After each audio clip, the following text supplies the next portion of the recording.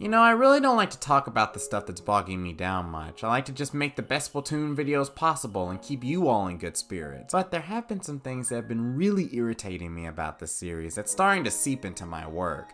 So I've got to be honest with you guys about Splatoon 3, the series, and the community. First, the updates in Splatoon 3 might as well have been signs saying, please don't play the game. At least in Splatoon 1 and 2, we got some new weapons every week and new maps every month or so. The quarter annual content updates in Splatoon 3 were just pathetic. We had to wait 3 months to get new content that just wasn't worth the wait. The diversity of weapons in each update was horrible. The first couple were just mostly shooters.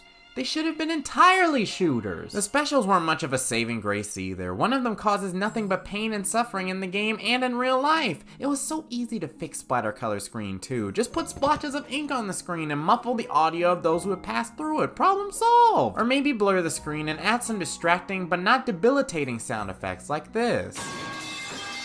There were no new, non-limited time modes other than Table Turf. The catalog is the embodiment of FOMO. The maps were terrible when they were first added to the game. The list goes on. And speaking of the maps, over the course of this series' history, the map quality has been getting worse and worse. In Splatoon 2, we already got some trash maps like Gobi Arena. I thought that the negative reception to them would prompt Nintendo to rethink their approach. But if anything, they doubled down and we got maps like Brinewater Springs and Barnacle and Dime that were just Tetris pieces. This was in addition to the maps like Mahi Mahi Resort that were badly ported from Splatoon 1. So we had to play on old maps that lost their luster and new maps that never had any to begin with. Now I know there was that update that added some much needed extra routes to these stages, but it just made them fatter Tetris pieces. They're still Tetris pieces! The least you could have done, Nintendo, was look at the maps like Walleye Warehouse and Hammerhead Bridge to see what made them so beloved. Those maps were a blast to play on and very straightforward, pun intended. This game could have been so much better if more maps like that were added. Like, imagine the hype if Port Mackerel was the first map to be in all 3 Splatoon games. That would have got people hopping on the game in a heartbeat.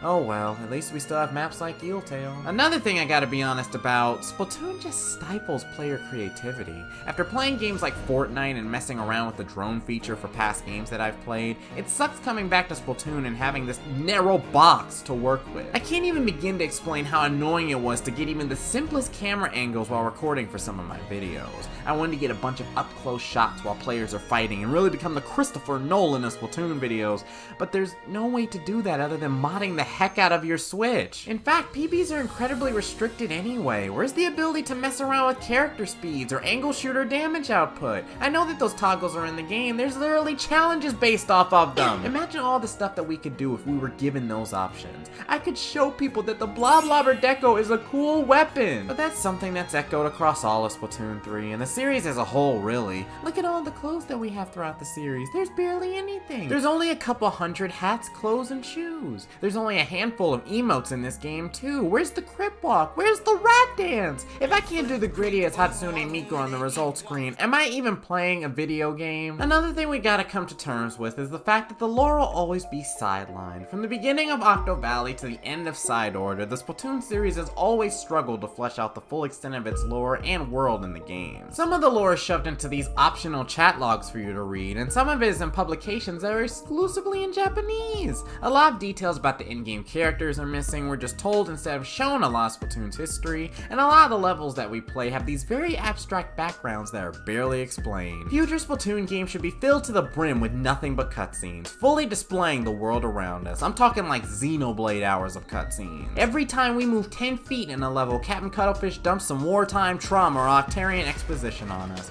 In past Splatoon games, it's been 80% gameplay and 20% story. In future ones, I want it to be 80% story and 20% gameplay. I only have like 10 levels in Splatoon 4. Also, I gotta be honest with a lot of the people in this community. As someone who has spoken with dozens of Splatoon content creators during my time on YouTube, they're incredibly two-faced. Splatoon content creators actually rack up millions of dollars behind the scenes making Splatoon videos. They don't give a crap about this game, they're just in it for the money. You guys think Chara actually cares about helping you all improve at the game? No, he's just trying to make enough money to buy a second yacht! Do you think Dude just moved to a different part of his family's house so he can make more content? No, he's just in another room in his mansion and he's making more content so he can make more millions. In addition to the yachts and mansions that they buy with all that money, you know what they also buy? these snakes buy other video games. They don't even stay completely loyal to the game that made them all that money. You're supposed to stream Splatoon 5 days a week, not 4, Victoria. And don't think I forgot about you all watching this video.